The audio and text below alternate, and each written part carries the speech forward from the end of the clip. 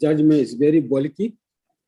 In the circumstances, I'm going to omit reading the introduction. The reliefs, they have all been captured in the body of the judgment. I'm also going to skip reading the cases presented by the parties, the case of the claimant, the first defendant, and the second defendant, and the reply that was followed. I'm also going to skip reading the submissions of counsel. They have all been captured in the body of the judgment. I will go straight to the decision of the court. So when counsel got the hard copy, they would have the opportunity of reading all the other preliminary issues that have been, like the introduction and the cases put forward, the cross-examination and whatever. I have carefully and painstakingly perused the processes filed in this suit, the evidence laid at the trial. I have equally deeply considered the written addresses and the oral submissions of counsel postulating the positions of their respective clients. It is clear to me from the facts of this case that the germane issue that need to be resolved in this case is the question bordering on validity of terminations of claimant's employment by the first defendant and entitlement to his salaries. However, before delving into the resolution of the main issue calling for resolution, I shall deal with certain other preliminary issues raised by counsel in their various addresses. These issues are fundamental to the dispute before the court. The first issue that is discernible is the issue relating to whether proper parties are before the court. In other words, whether the absence of resource intermediaries, Nigeria Limited, is fatal to the claimant's action before the court. According to the first defendant, the claimant has, by the paragraph 4 of the claimant's written statement on oath, has categorically stated that he was employed by the second defendant and that the first defendant is stranger to his employment. The first defendant has no business with the employment of the claimant.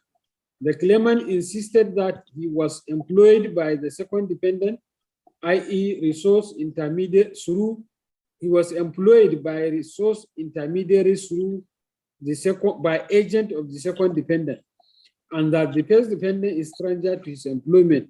This, according to the first defendant, means that the claimant has no business suing the first defendant in this case. The first defendant is of the view that the claimant has not brought before the court the proper parties, as the first defendant, being stranger, is not a proper party in this case. It is only the employer of the claimant that should have been made party in this suit. It is the submissions of counsel that it is only proper parties that clothe the court with jurisdiction to entertain a matter. Thus, it is argued that where parties, or one of the parties is not a proper party before the court lacks jurisdiction to hear the suit. It was also contended that the issue of proper parties affects jurisdiction of the court and goes to the root of the case. It is submitted that the submission of first defendant on proper party back the claimant's case that his dismissal is illegal and contrary to labor practices.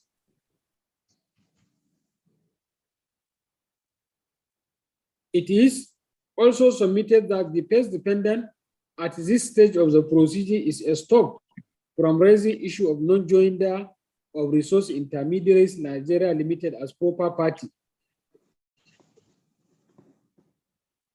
whom the claimant has no cause of action against in the first instance. The first defendant has waived, according to counsel for the claimant, the first defendant has waived his right to raise the issue of non-joinder with participation in the proceeding up to this stage of address. This is because it is procedural irregularity which ought to have been raised at earliest opportunity which has slipped away from the first defendant. The starting point in resolving this issue is to reproduce the relevant provisions of Order 30, Rule 1, 4, and 6, Sub-Rule 1 of the National Industrial Code Civil Procedure Rules 2017, which provide as follows, I quote, 1, all parties may be joined in one action as claimants in whom any right to relief is alleged to exist, whether jointly or severally, and judgment may be given for such claimant as may be found to be entitled to relief for such reliefs as the claimant may be entitled to without any amendment. Subsection 4, Rule 4 provide any person may be joined as dependent against whom the right to any relief is alleged to exist, whether jointly, separately, or in the alternative. Judgment may be given against one or more of the dependents as may be found to be liable according to their respective liabilities without any amendment. Rule 6, Sub-Rule 1 of Order 13 read as follows: it shall not be necessary for every defendant to be interested in all the relief spread for or as to every course of action included in any proceeding against such a defendant. It is patently clear from the above quoted rules that a claimant has the right of choice of parties to pursue in respect of any claim he has against the parties, whether jointly or severally. This choice is that of the claimant. Therefore, he may decide not to sue. He may decide not to sue any party he does not want to press his claim against. The determining factor for suing a party is that there is allegation of any wrongdoing against the party. In this suit, it is crystal clear from the reliefs being sought, which have been reproduced in the earlier part of this judgment.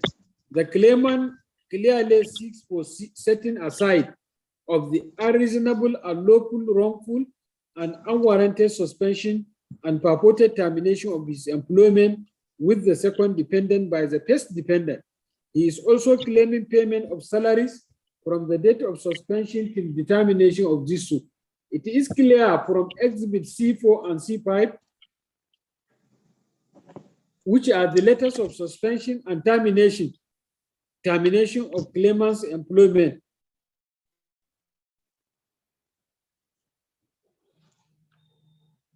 and to which the claimant is seeking this court to set aside. It is also clear from the first dependent. It is also clear that the first dependent was the author of the letter upon directives of the second dependent. With this plain and unambiguous reliefs, it can be said that the first dependent can it, in all sense of responsibility, be said that the first dependent is not a proper party in this suit, or that the jurisdiction of this court has been lost because of absence of resource intermediaries that issues Exhibit C2 and C3 to the claimant. Let me reiterate that it is the claimant that decides who to sue or who he feels he has cause of action against. In Green and Green, it was decided that for a person to be made a party, it must be such that the proceeding cannot be fairly, effectively, and effectually conducted in the absence of such a party. Again, it is the writ of summons and statement of claim that has to be scrutinized in arriving at that decision. I have scrupulously examined the general form of complaint,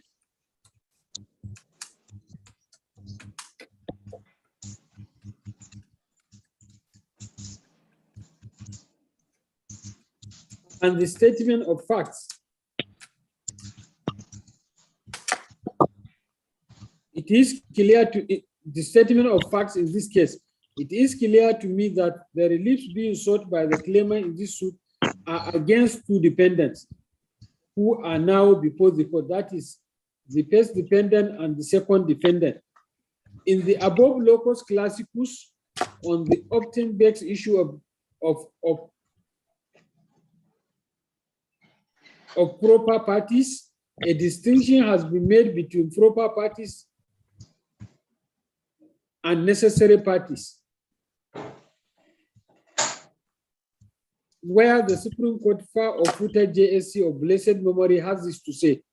This now leads to the consideration of the difference between proper parties, described parties, and necessary parties. Proper parties are those who ought to not to be interested in the plaintiff's case are made parties for some good reason, e.g., where an action is brought to rescind a contract. Any party is a proper party to it who was active or concurrent in the matter, which gave the plaintiff the right to rescind. Desirable parties are those who have an interest or who may be affected by the result. Necessary parties are those who are not only interested in the subject matter of the proceedings, but also who, in their absence, the proceeding could not be fairly dealt with. It is, in other words, the question to be settled in the action between the existing parties is settled unless they are parties to the action instituted by the plaintiff. In Babayeju versus Ashamu, the apex court also held that a necessary party is someone whose presence is necessary as a party, and the only reason which make it necessary to make such a party to an action is that he should be bound by the result of the action. And the question to be settled must therefore be a question in the action which cannot be effectually and completely settled unless he is a party. See also Pinox Investment Limited versus Hotel Presidential. See also Carlen Nigeria Limited versus University of Georgia. See also RTN and others versus MSWN. See also Coca versus Ademo. On the basis of the above principles of law relating to necessary parties, I have perused the general form of complaint and the statement of facts commencing this suit with particular reference to the relief sought therein by the claimant. It is apparent that the main complaint of the claimant borders on suspension, dismissal, or termination of his employment by the first dependent, when according to the claimant,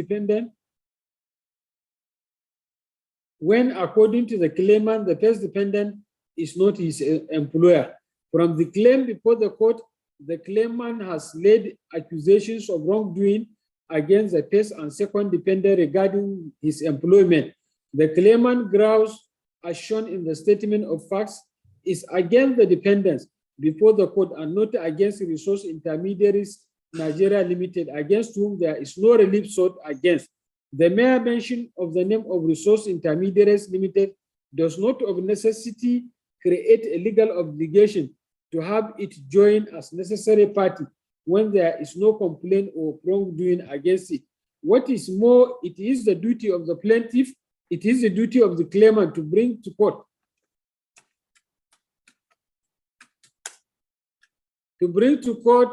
any party whose presence is crucial to the resolution of his case, because only him can decide the person he believes he has relief against. In the case at hand, the claimant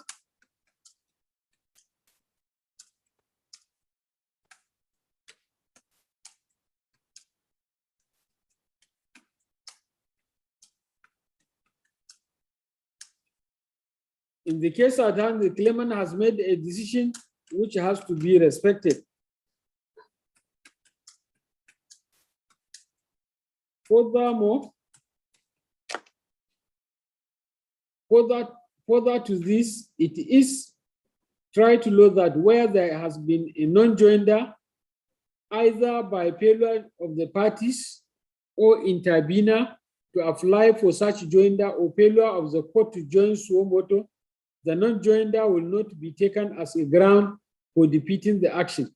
The said rule is designed to save rather than to destroy, to cure rather than to kill the action or suit. See the case of Green and Green, Pinnock Investment versus Hotel Presidential Sufra. In Bello versus INEC, the Supreme Court held that the law is settled that no cause of action or matter shall be defeated by reason of misjoinder or non-joinder of parties, and the court may in every cause or matter deal with the matter in controversy so far as regard the rights and interests of the parties actually before it. See also Ibrahim versus Ojonye. See also Sapo versus Sumonu. See also Okoye versus Nigerian Construction and Furniture Company Limited. In the circumstances, I hold that Resource Intermediaries Limited is not a necessary party in the instant suit, whose presence is imperative for the effective and effectual determination of the suit in contention, and non-joinder of Resource Intermediaries Limited is not fatal to the claimant case. And the claimant in this case has brought the necessary parties, more particularly first defendant, who was the party that terminated the claimant's employment. This issue is accordingly resolved against the first defendant in favor of the claimant.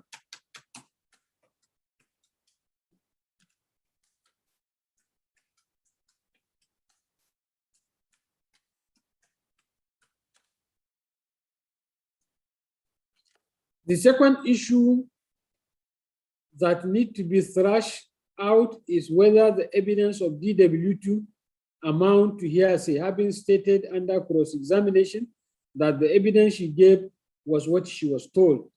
According to counsel for the claimant, the evidence answers to questions given by DW2 portrayed that the evidence, her evidence is hearsay evidence, which is not admissible in law.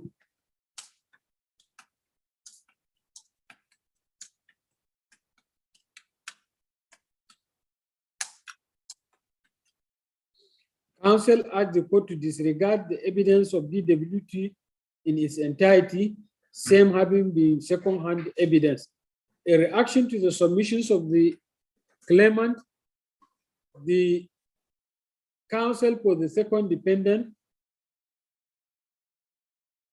submitted that the evidence of DW2 is not hearsay, that the submission is based on misconception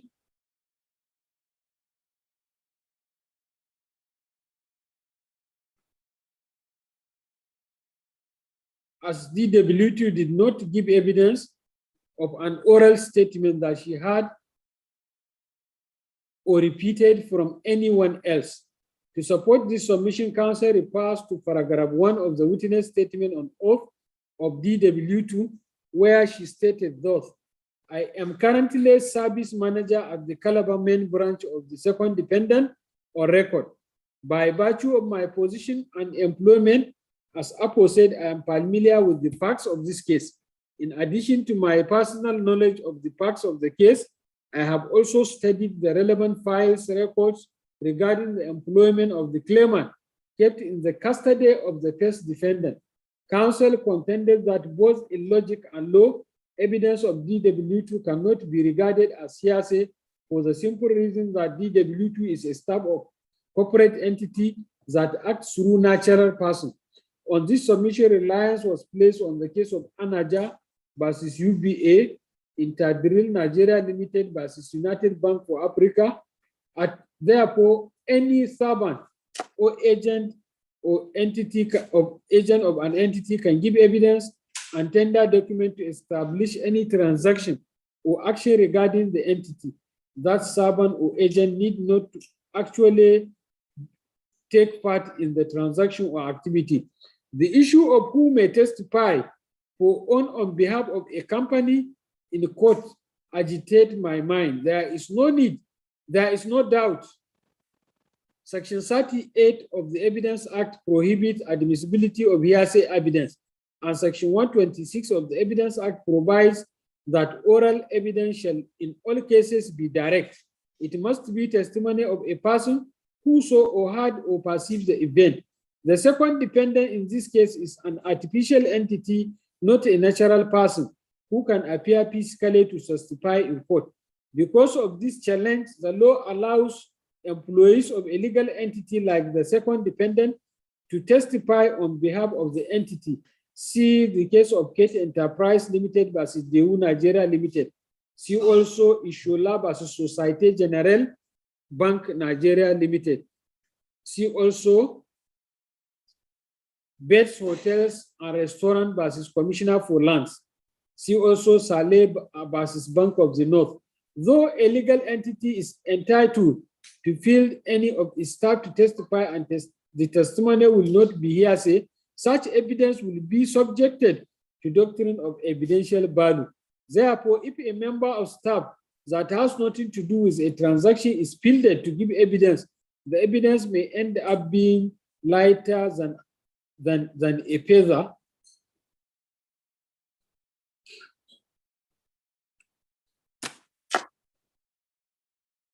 When it is found to have no evidential value. This issue is resolved against the claimant in favor of the defendant, but the evidence will be subjected to principles of weight to be attached to the evidence, like any other evidence given before the court. The third preliminary issue that need to be dealt with is the issue of incompetency of the witness statement on oath of DW1 and DW2. The counsel for the claimant has in his address filed in reaction to the defendant's addresses, has argued that the authority of Buhari versus INEC on the authority of Buhari versus INEC, the two witness statements on oath of the defendant's witnesses are incompetent and the court should reject them, as the witnesses have under cross-examination stated that the witness statement on oath were signed in their offices. For DW1, she said her statement on oath was signed either in her lawyer's office or in her own office. The counsel for the first defendant did not file any response to the claimant's argument on incompetency of the witness statement on oath of DW1. This suggests that counsel does not have any answer or response to the challenge to the statement of facts, to the witness statement on oath of DW1.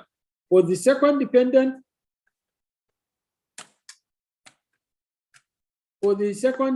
it was argued that Section 112 of the Evidence Act does not apply to disqualify the witness statement on oath of DW2 of DW2, as the said section applies to affidavit evidence only, as a witness statement on oath is not the same thing with an affidavit. That signing of witness statement on oath not before commissioner for oath is an irregularity that does not vitiate and cured, that does not vitiate the witness statement on oath who appeared before the court and adopted as his evidence. Counsel distinguished the case of Buhari versus INEC with the present case and said that they are not on all fours. I have carefully considered the processes filed in this suit and the submissions of counsel for both parties. In considering this issue, I shall start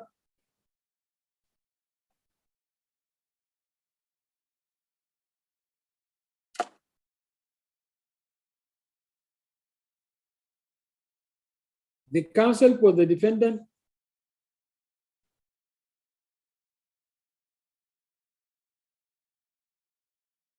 the counsel for the claimant has possibly argued that the witness statement on oath of the two witnesses were incompetently before the court, as they said deposition on oath were not done before the commissioner for oath, who has been legally recognized person before whom such deposition should be taken. The counsel for the dependent, in answer to the contention of counsel,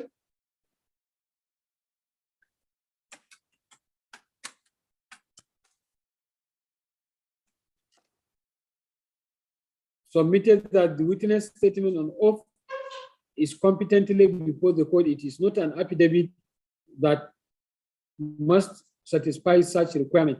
The objection of the claimant to the witness statement on oath of the two witnesses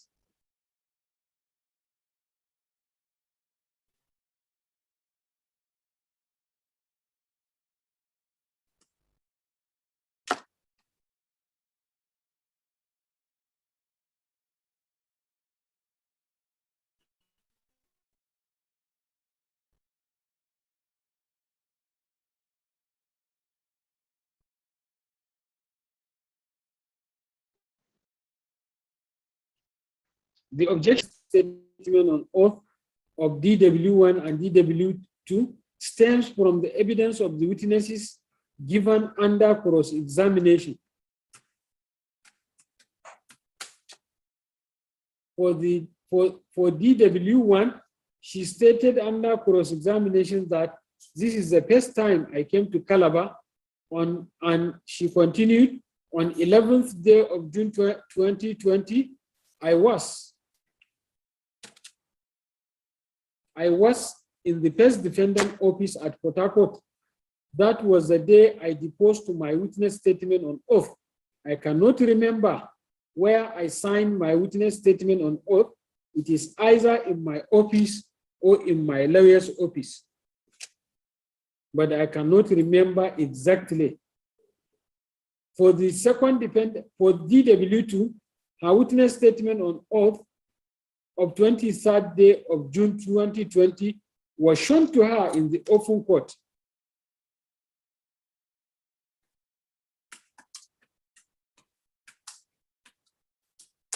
And she stated that she signed the said statement on oath in her office.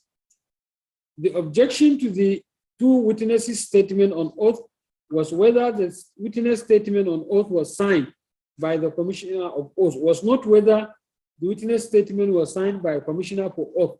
The contention is that the witness statement on oath of DW1 and DW2 were signed at their offices or the lawyer's offices.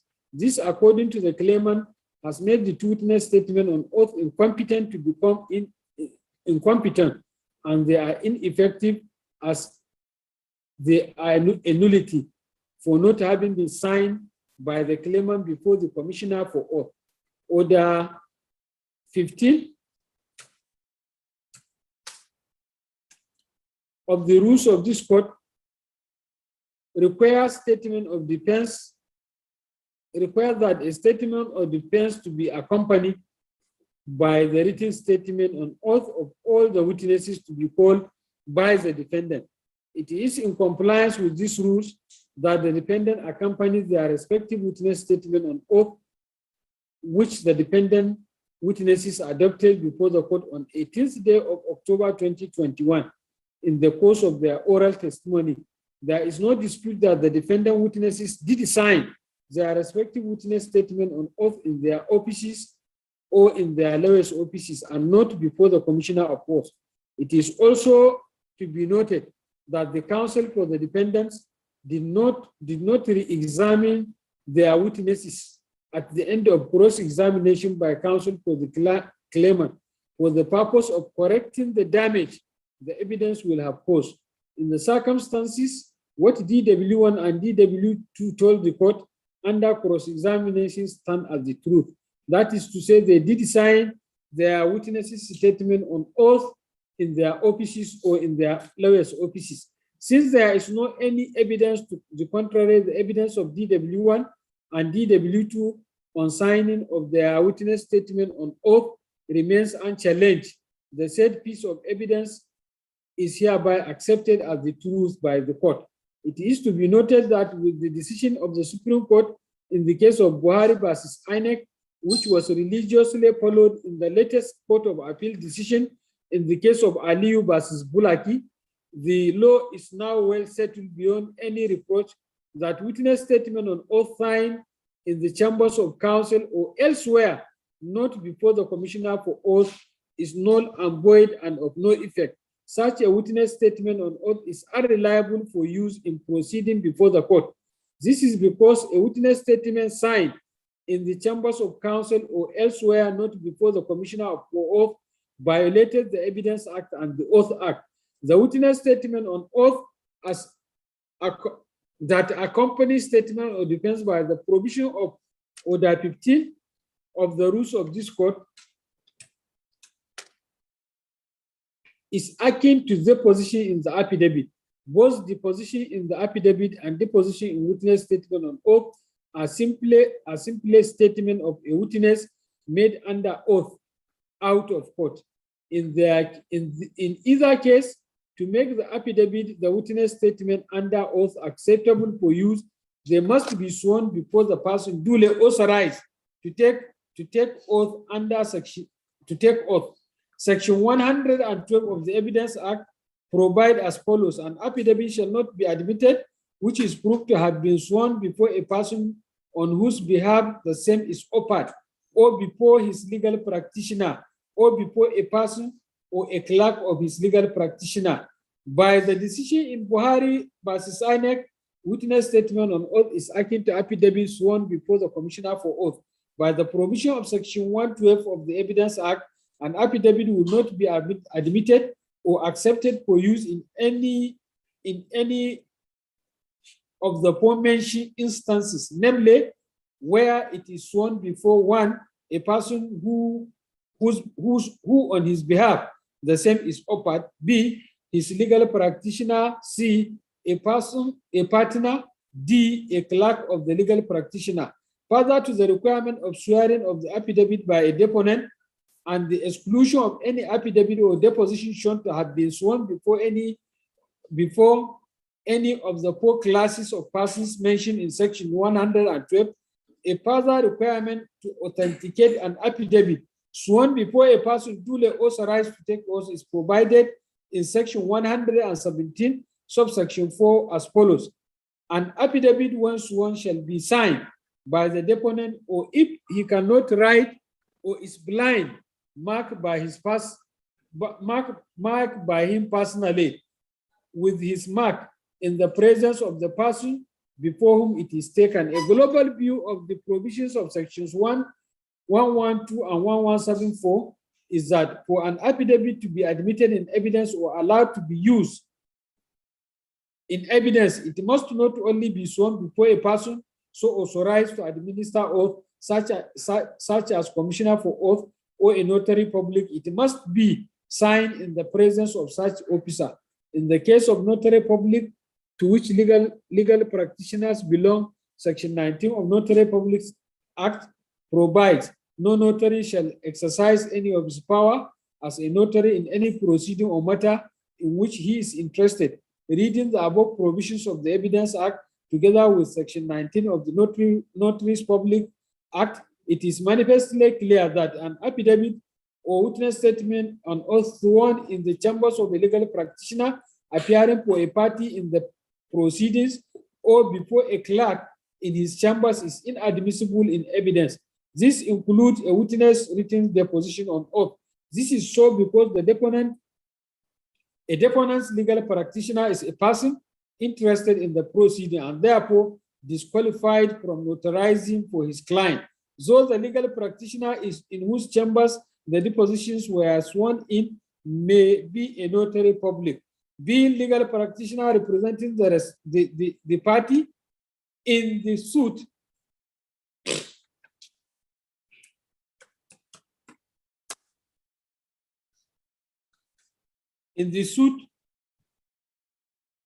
is precluded from notarizing any document for the claimant for use in the case.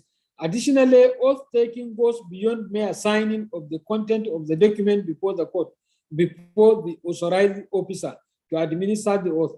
It includes, most importantly, compliance with Section 5, subsection 1A and B of the Oath Act, which require the person taking the oath, if he is a Muslim, to place both hands on a copy of the Holy Quran. If a Christian, to hold his right hand a copy of the Holy Bible or of the New Testament, and if a Jew, to hold in his uplifted hand a copy of the Old Testament, to then repeat after the person administering the oath the prescribed words. It is after this has taken place that the Commissioner for Oath verifies the content and then affirms that same was signed in his presence by endorsing his own signature to that effect. Therefore, for any such deposition to be competent for use, it must be duly signed, sworn before the appropriate officer in accordance with the Evidence Act and in accordance with the Oath Act. It is the due swearing that give life to the declaration on oath. Without due swearing of the deposition in the presence of and by the proper officer authorized to take the oath, the statement on oath is mere piece of paper that are not a deposition or affidavit. See the case Usek Gene versus SPDC. See also the case of Maraya Plastic Limited versus Inland Bank Nigeria PLC. The condition necessary to make an affidavit or deposition competent were stated in the case of Dr. Mohammed Ibrahim Onuje and versus Fatima Idris.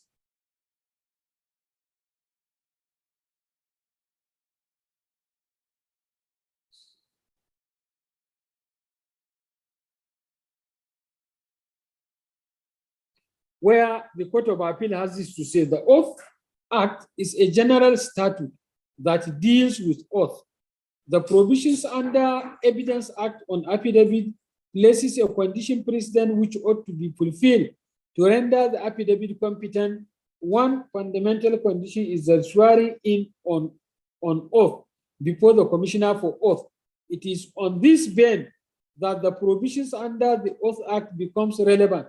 That is why a defect as regards the swearing in or swearing on oath is not a mere irregularity as to form, but defect as to substance.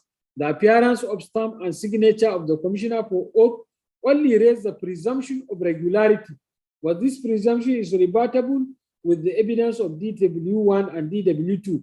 They categorically stated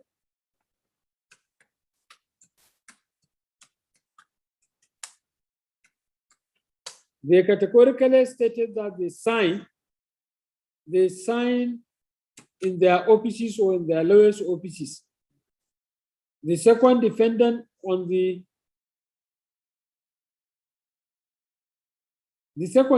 has made heavy weather on the provisions of Section 423 of the Oath Act. However, that provision cannot be of any assistance as the said provision of the law relate to form as found as stated in the case of Maraya Plus, as in the case of Dr. Mohammed Ibrahim Onujebe versus Fatima Idris. Therefore, that Section 423 of the Oath Act is of no assistance in the present case, as the issue in question is that of substance and not of form. In a similar and clear tone on the effect of violation of provisions of Section 112, 1174 of the Evidence Act and 19 of Notaries Public, as Mukhtar JSC as his son had this to say in Buhari versus INEC.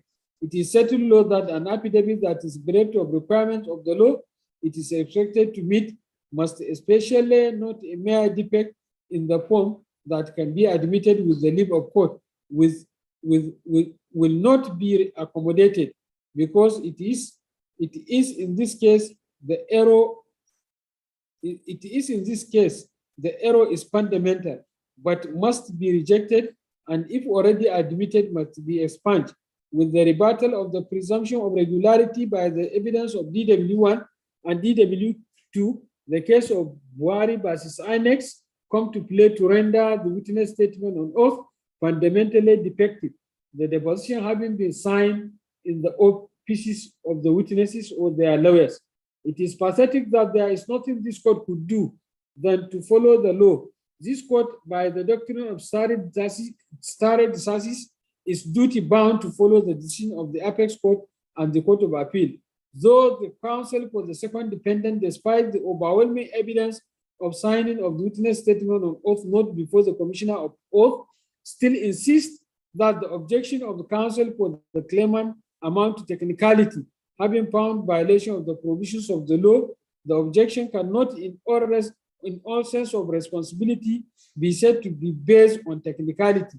It must be remembered that an objection may amount to a technicality where a party quickly takes an immediate available opportunity. However infinitesimal it may be, to work against the merit of the opponent's case. In other words, he holds and relies tenaciously onto the rules of court with little or no regard to the justice of the matter. See the case of Yusuf versus Adegoke. Technicality is always in terms of rules of court and not in terms of violation of substantive provisions of the law. See Atanda versus Ajans. There is no doubt that the current trend of our jurisprudence is to lean toward doing substantial justice and disregard technicality. However, where a matter has been settled by the apex court, the decision of the Court of Appeal, the decision of the appellate court become binding on this court and other subordinate courts. It must be made clear that this court possesses not the power to depart from or ignore the position taken by the appellate court, by the apex court and the Court of Appeal on all similar facts. Doing so will amount to overruling the decision of the apex court or the Court of Appeal. This court cannot dare to embark on such futile exercise. This court having not shown that the decision in Buhari has been overruled by a subsequent decision of the apex court, cannot depart from the said decision.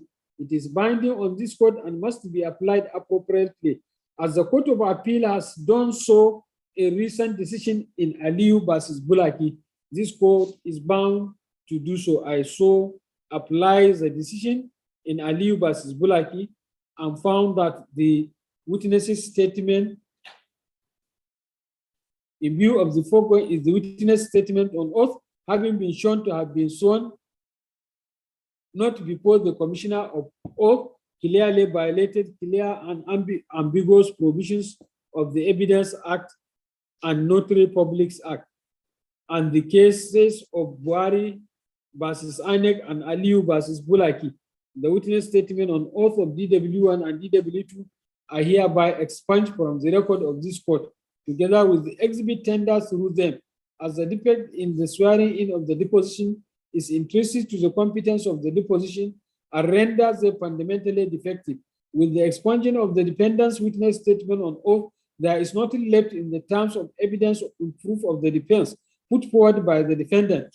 The reason being that this court is now left bare with the bare pleading of the defendant without evidence to prove the said abatements contained therein. The law is right that mere abatement in pleadings without proof of the facts pleaded amount to abandonment of the pleading. See the case of Idosa versus Odia. See also Adebite versus Ogumpelu. See also Iroibo versus Upomadu. See also Mobolingo versus Ajasi.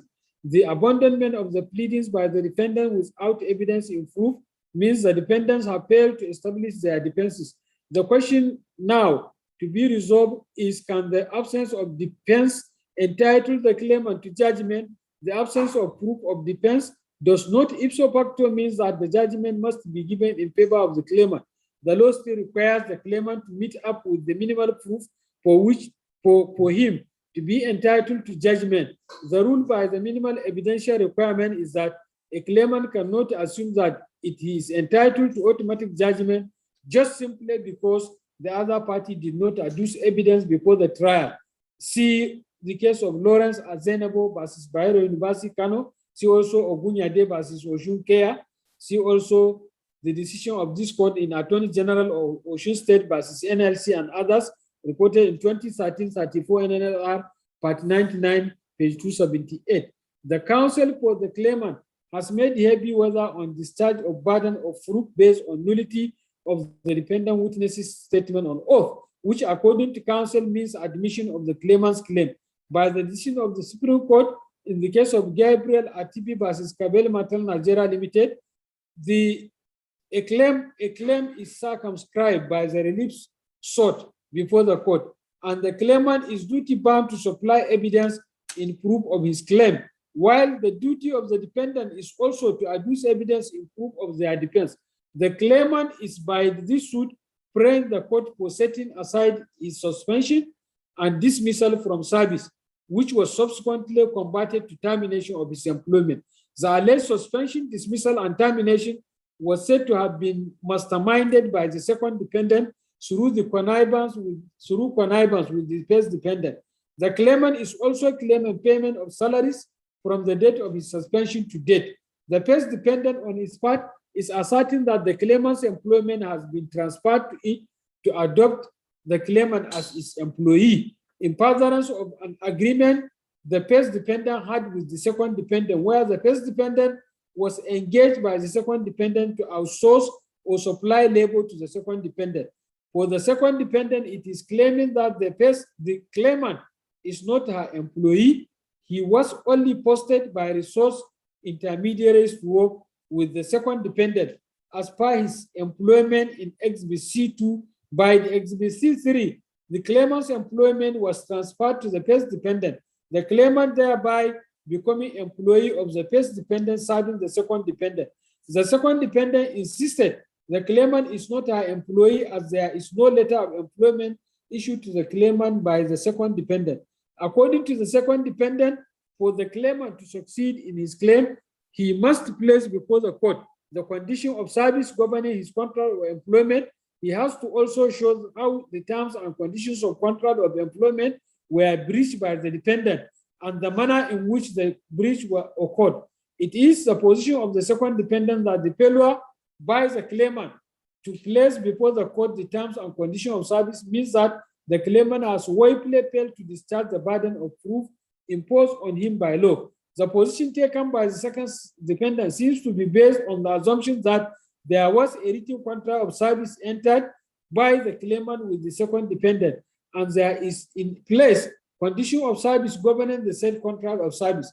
It is to be noted that in contract of employment, the relationship between master and servant or an employer and employee is a contractual one and is governed by the terms and conditions of the contract between them.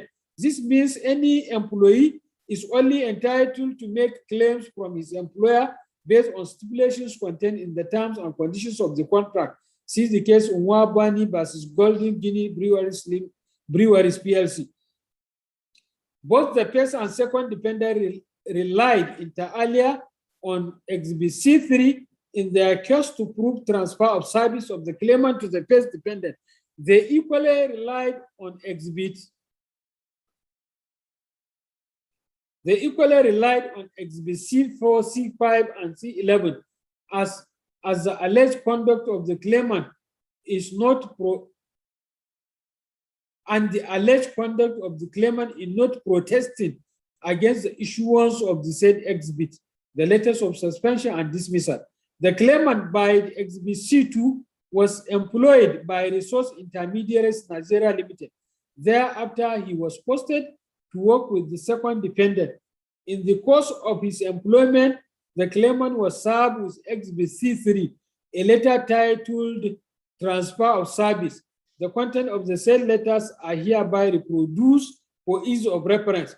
I quote, 1st June 2019, Ete Anthony Anesibe, CO Keystone Bank Limited, Eket Branch, Dear Mr. Anthony, title or subject matters transfer of service. We have been advised by our client, Keystone Bank Nigeria Limited management decision to realign strategic focus with effect from 1st July 2019. Consequently, your services seconded to Keystone Bank Limited Ekiti branch will be transferred to another service provider as may be determined by the bank with effect from 1st of July 2019. This letter therefore serves as 1 month notice for disengagement of your service with Resource Intermediaries Limited. We wish you a successful and rewarding career. You especially for Resource Intermediaries Limited, signed Opeyemi Bello, Group Head Business Support Services. The content of Exhibit C3 is very clear and unambiguous. It says what it says. Though the title of the letter stated to be transfer of service, the content of Exhibit C3 betrayed that assumption. The content clearly was to give the claimant 1 month notice of termination of his employment as per Exhibit C2. There is nothing in Exhibit C3 to suggest that the service of the claimant have been transferred to the first defendant. The law, in law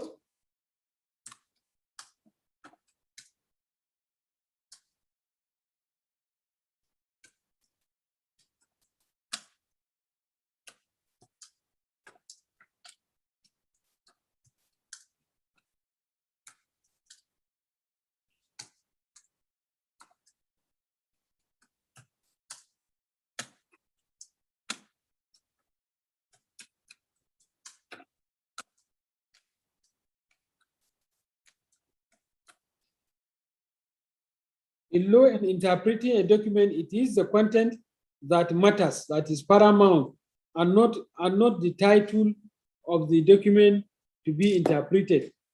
In the circumstances, what is clear to me from the evidence before the court is that the claimant had his employment with the Resource Intermediaries Nigeria Limited terminated with effect from the 1st of July 2019, and the second dependent decided to continue with the services of the claimant because he was allowed by the second dependent to continue to render services to the second dependent at his Ekiti branch. It is evident at the expiration of the notice of termination, no new letter of employment has been issued to the claimant or letter of transfer of service has been issued to the claimant. Rather, the claimant continued with his job with the second dependent undisturbed until when Exhibit C4 was issued to the claimant by the first dependent, suspending the claimant from services of the second dependent. The suspension of the claimant from service by the first dependent culminated in the dismissal of the claimant as per Exhibit C5. However, the dismissal of the claimant from service was converted to termination following the letter of complaint written by his lawyer to the dependent. See Exhibit C6. The evidence of service of Exhibit C6 on the dependents on both first and second dependent is depicted in Exhibit C7 and C8 respectively. The letter converting claimant dismissal to termination is evidence in Exhibit C11. Now, the controversy between the claimant and the dependent relate to the status of employment of the claimant as at 1st of July 2017. The resolution of this status of the claimant as at 1st of July 2019 will be determining factor as to the legality or otherwise of the suspension, dismissal, and subsequent conversion of the dismissal to termination. It must not be forgotten that a contract of service is a relationship entered into between two or more persons, employer and employee, master and servant, whereby the employer or servant agrees to serve the employer or the master and to be subject to control of the master either for a fixed term or term of indefinite duration in return for the benefit, i.e. payment of salary or wages. In the case of Nigeria Airways versus Bajumo, the Court of Appeal held the relationship of master of servant to be characterized by a contract of service made under seal, oral or inferred from the conduct of the parties and payment of wages and salaries. The court went further to say where one party employs another, appoints him at various positions in his establishment, pay his salary, and otherwise this act constitutes sufficient part from the contract of employment can be inferred. The difficulty in arriving at proper status of employee has been prevalent over the years and has compounded by globalization. That's why courts have evolved certain criteria for revealing the actual status of employee. In Shena Securities Company Limited versus Afropac Nigeria Limited, the Supreme Court has given insight on how to ascertain the requisite legal status of an employee. It is clear from the evidence before the court the claimant's employment as per Exhibit C2 fall within the category of employment termed as disguised employment or ambiguous employment or dependent self-employment. This cannot relationship to either mask the identity of the employer, where the party disguised as an employer is an intermediary with the intention of releasing the real employer from any involvement in employment relationship, and above all, from any responsibility to the worker or to mark the form in which the relationship is established. This kind of employment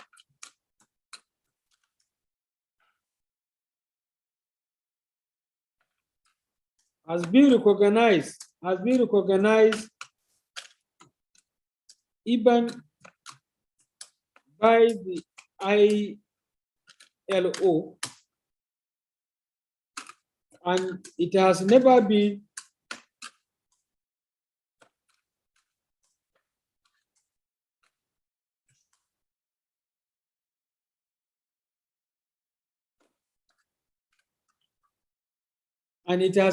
voided or considered to be an illegality.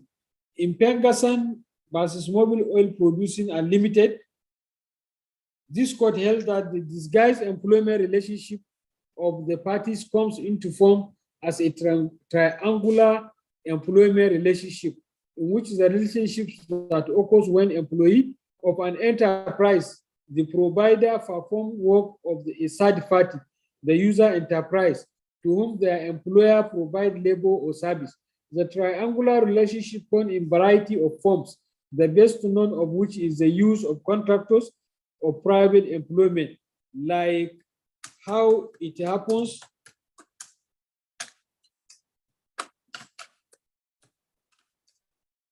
in case of Exhibit C2. That is the employment of the claimant by resource intermediaries and posting him to the second dependent to serve as employee to render service to it. It must be noted that facts are what determine the employment relationship. As at 1st of July 2019, the claimant disguised employment where he served with the second dependent has ended, and the second dependent did not release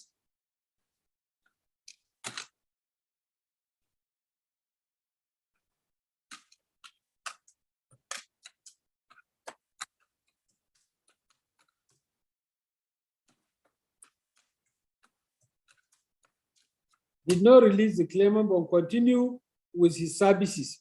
Presumably, the continued service of the claimant with the dependent was said to be based on transfer of claimant service to the first dependent. However, there is no iota of evidence before the court to establish that there was indeed a transfer of service where claimant services were transferred to the first dependent. The evidence before the court suggests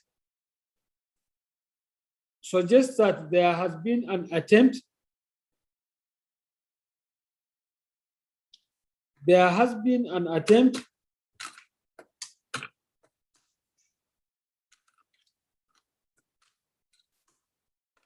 by the first defendant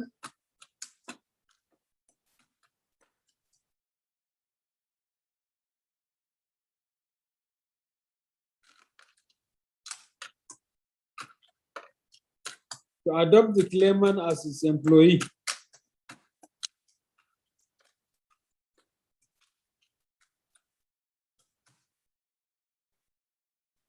but the process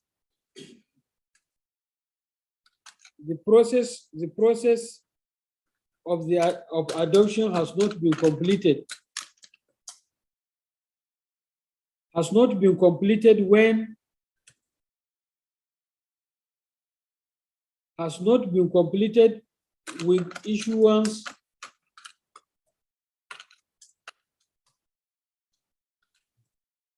of letter formalizing the transfer. This means as at 22nd day, when the first dependent issued, as at 19th of October 2019, when the first dependent issued Exhibit C4, letter of suspension, the claimant has not become its employee.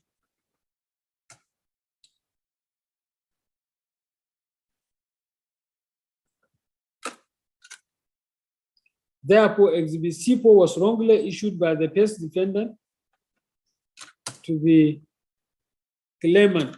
Likewise, as at 12th day,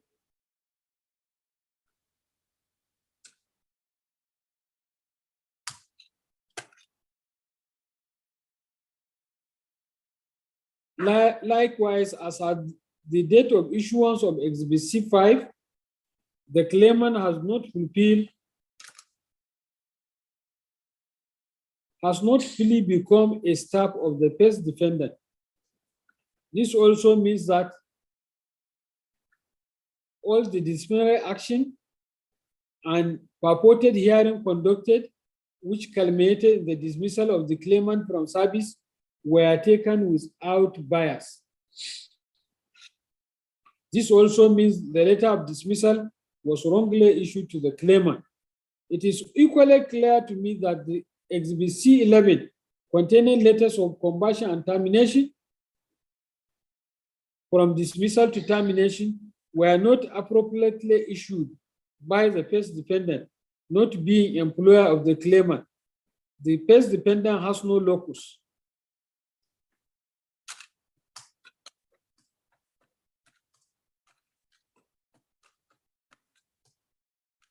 Has no locus to issue those letters.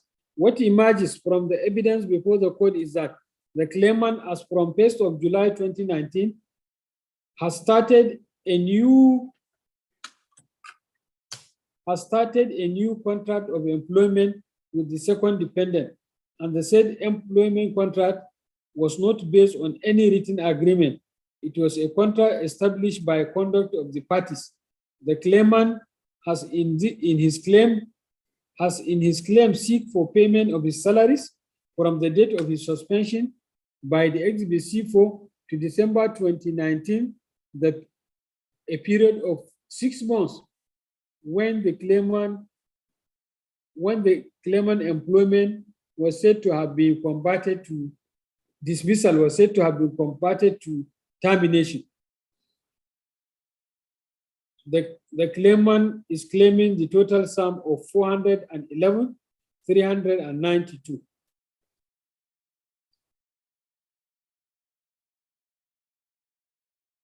And thereafter, from January till determination of this matter. I quite agree that the claimant is entitled to payment of his 6 month salaries from July 2019 to December 2019. The reason being that the suspension of the claimant and his dismissal as per Exhibit C4 and C11 have all been found to have been done wrongfully by the first defendant, who has no power to do so. However, the claimant is not entitled to any salary from January 2020 to date, as he has not worked for the second dependent during the period of the said claim. As the second dependent has plainly indicated by its instigation of the first defendant to do away with the employment of the claimant. This clearly demonstrated that it is no longer in need of the services of the claimant. The law is that a servant cannot sue for wages if he has not rendered services, where the wrongful dismissal prevents him from rendering the services. This leaves the employee with claim for damages as the only remedy. See the case of Western Nigerian Development Corporations versus Jimo Abimbola. See also Imolome versus Wayek. The yardstick for determining the payment of damages in case of wrongful dismissal or termination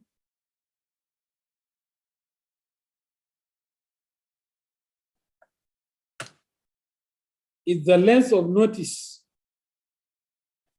which is expressed or implied, which can lawfully be given to terminate the contract, or salary in lieu of that notice. That is the amount that is recoverable in damages. See the case of Kato versus CBN. In the case at hand, there are no written terms of employment specifying the length of notice. Therefore, recourse will be made to the provisions of Labor Act, Section 11(2)(b) of the Labor Act,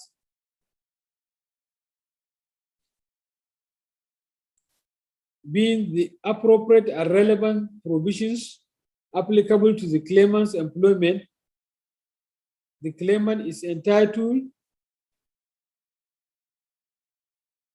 the claimant, for having served the dependent for about 6 months, is only entitled to 1 week notice or payment of salary for 1 week notice in lieu of notice. The claimant is entitled to be paid 1 week salary in lieu of notice of termination, I so find and hold. In relief 5, the claimant is seeking for reinstatement.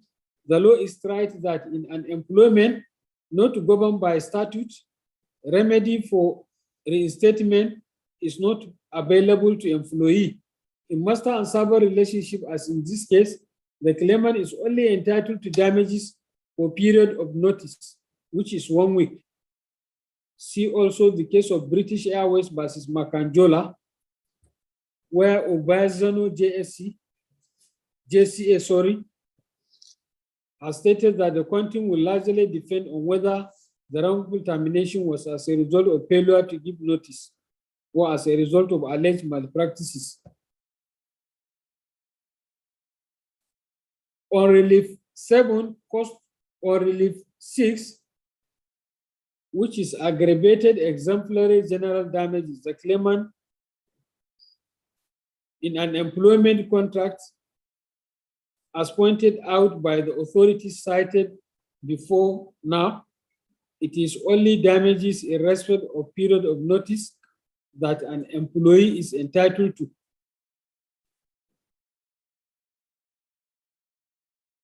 Unless if such termination was based on malpractices, in which case the claimant may be entitled to some level of compensation.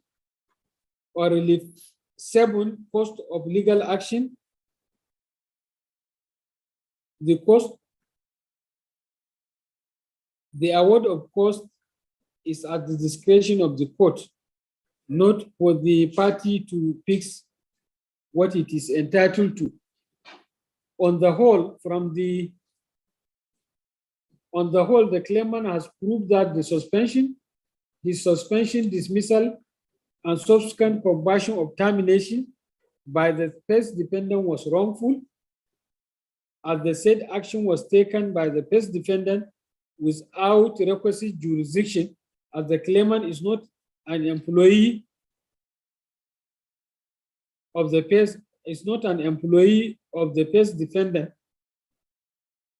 as the purported transfer has not been completed, as at the time of purported disciplinary action of the claimant, the claimant is employee of the second defendant, having been allowed to continue to render services to the second defendant after the termination of his employment as per Exhibit C3.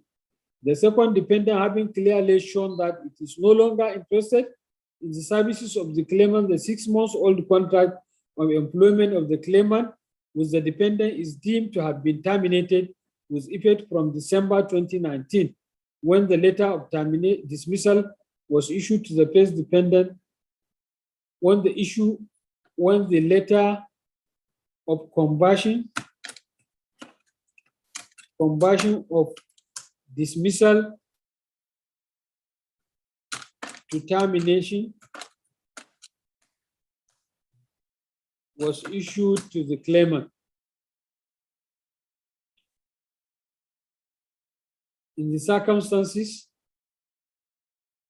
the claimant is entitled to notice, to 1 week notice, and the notice having not been given is entitled to payment of 1 week salary in lieu of notice.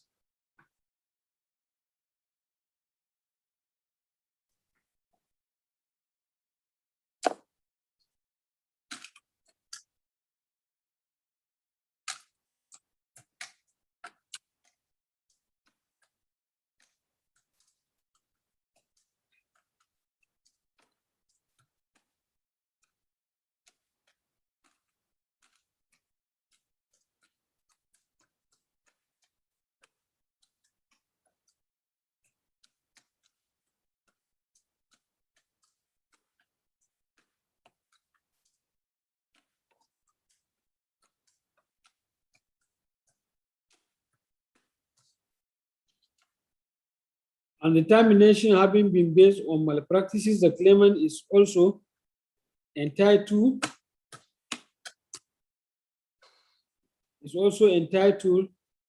in line with the decision, is entitled to damages for the stigma in line with the decision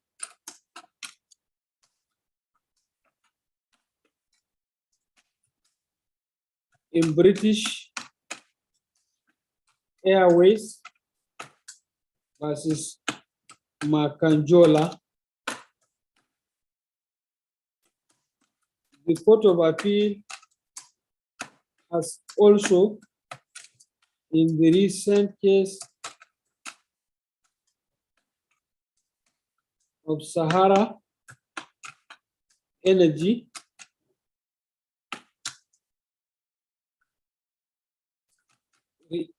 reiterated the position stated in Makanjuala's case. Therefore, the claimant in this case is entitled to be compensated for the stigma as a result of the termination of his employment based on malpractices. In the circumstances, I assess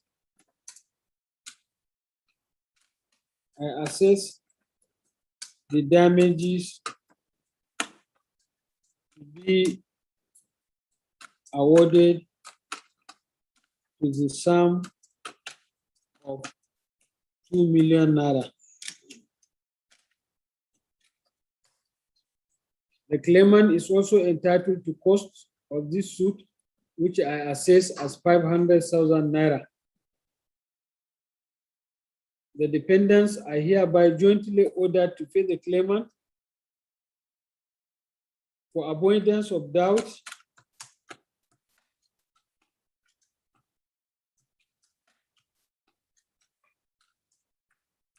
the orders of the court are as follows.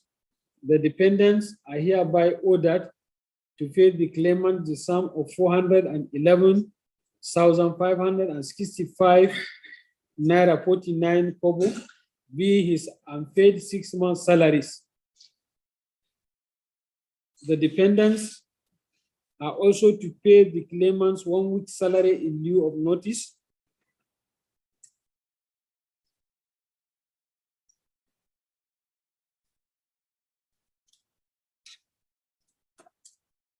The defendants are also to pay the claimant 2 million naira damages for the stigma in terminating his employment based on malpractices, for wrongful termination based on malpractices, and the cost of 500,000 naira.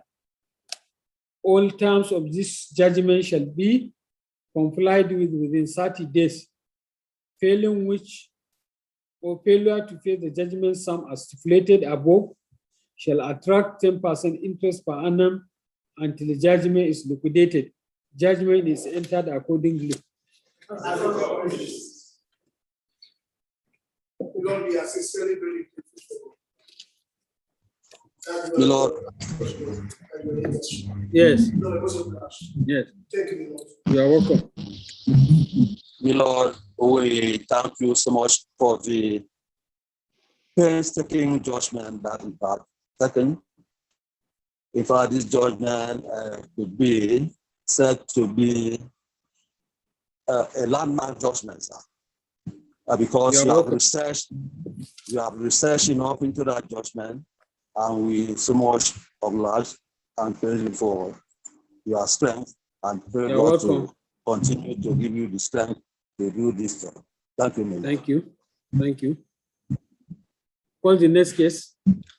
Number NICN CA5720. Is it only this case that is virtual? Yes, after this, a CN of phone and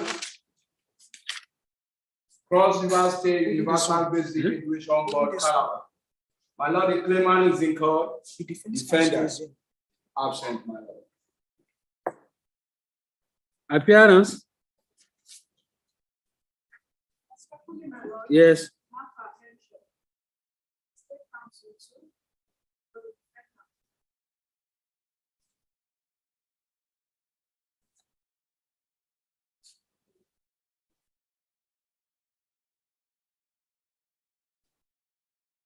What of the claimants? Administrator, you can end the sitting. We are continuing with physical sitting. We have finished the virtual sitting.